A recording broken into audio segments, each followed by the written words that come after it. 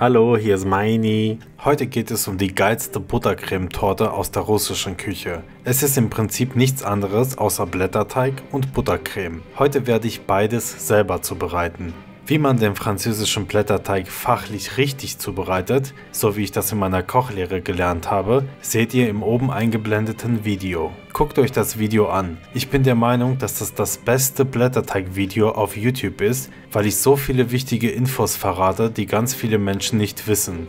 Selbstverständlich könnt ihr diese Torte auch mit einem gekauften Blätterteig zubereiten. Dazu stecht ihr einfach den Teig aus und backt ihn etwa 10 bis 12 Minuten bei 220 Grad. Ich steche mit einer 24 cm Durchmesserform zwei gleichmäßige Formen aus und backe sie. Den restlichen Blätterteig knete ich wieder zusammen. Jetzt werden ganz viele sagen, dass man mit den Resten nichts mehr anfangen kann, weil ich sie durchgeknetet habe. Erfahrungsgemäß funktioniert das trotzdem. Also nochmal ausrollen, ausstechen und schaut euch das mal an.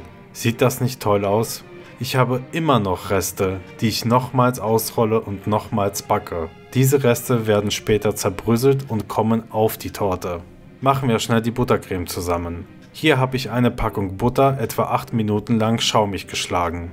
Das hier ist die Crème Pâtissier. Crème Pâtissier oder auch Konditorcreme genannt, ist nichts anderes als eine Puddingmasse. Wie sie ruckzuck zubereitet wird, habe ich bereits in dem oben eingeblendeten Video gezeigt. Diese Puddingcreme dauert maximal 15 Minuten. So, jetzt gebe ich die Creme in die Butter rein und rühre sie so lange, bis eine schöne Bindung entsteht. Diese Creme könnt ihr auch weiter verfeinern, mit einem Schuss Alkohol, in der Weihnachtszeit mit etwas Zimt oder Tonkabohne, also da sind euch keine Grenzen gesetzt.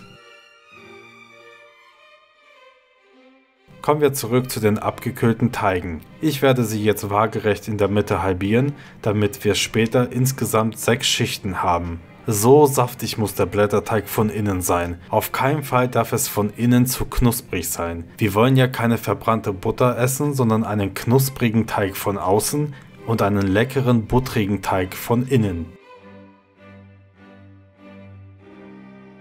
Jetzt schön die Buttercreme Schicht für Schicht auftragen, mit dem Bröseln verfeinern, mit Puderzucker bestreuen und am besten über Nacht im Kühlschrank aufbewahren. Dann wird er schön geschmeidig, wenn man ihn 2-3 Stunden vor dem Verzehr wieder aus dem Kühlschrank rausholt. Danke fürs Abonnieren und Zuschauen. Schaltet wieder ein, wenn es heißt: Hallo, hier ist Meini.